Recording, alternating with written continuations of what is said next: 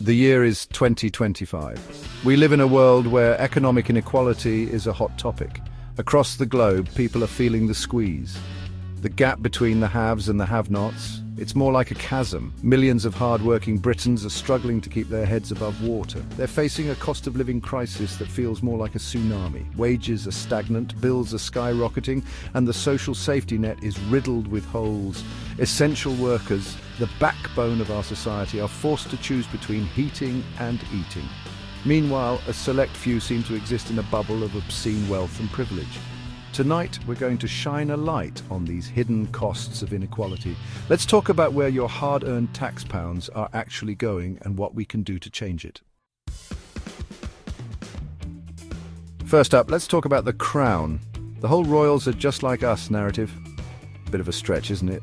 They live in palaces, we live in flats with questionable plumbing. They travel by private jet, we take the megabus and hope for the best. And let's not forget the sovereign grant. Some estimates put it at a staggering £500 million annually. Imagine what we could do with that kind of money. Fund the NHS, tackle homelessness, invest in renewable energy. But instead, it's going towards maintaining a lifestyle of unparalleled luxury. In a time when so many are struggling, is it really justifiable? From Buckingham Palace, let's hop on the tube and head down to Westminster. Next up, we're talking about our elected officials, members of Parliament. These are the people who are supposed to represent us, to fight for our interests, but it seems like some of them are more interested in feathering their own nests. Every year, nearly £500 million is spent on perks for MPs.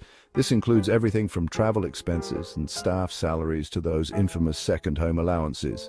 When you compare their salaries and benefits to those of nurses, teachers and firefighters, it's hard not to feel a sense of outrage. And yet, we're expected to foot the bill for MPs' lavish lifestyles. It's a slap in the face to every hard-working person in this country.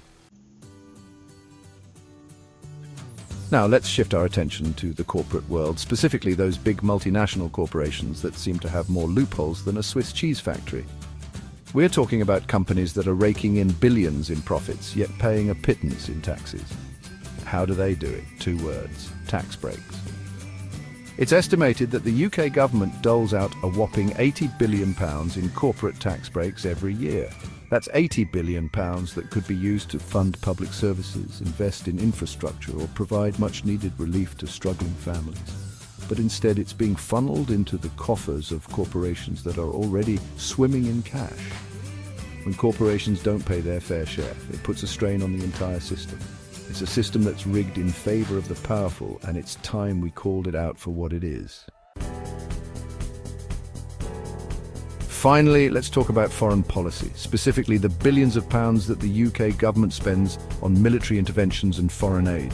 When we're facing a cost of living crisis at home, can we really justify spending billions on foreign wars? Is it right to be sending aid abroad when we have people living in poverty in our own backyard? These are difficult questions, and there are no easy answers. But we need to start having this conversation. We need to prioritize the needs of our own citizens before we start playing global police. The UK is at a crossroads. We can continue down the path of widening inequality, where the rich get richer and the poor are left to fend for themselves, or we can choose a different path.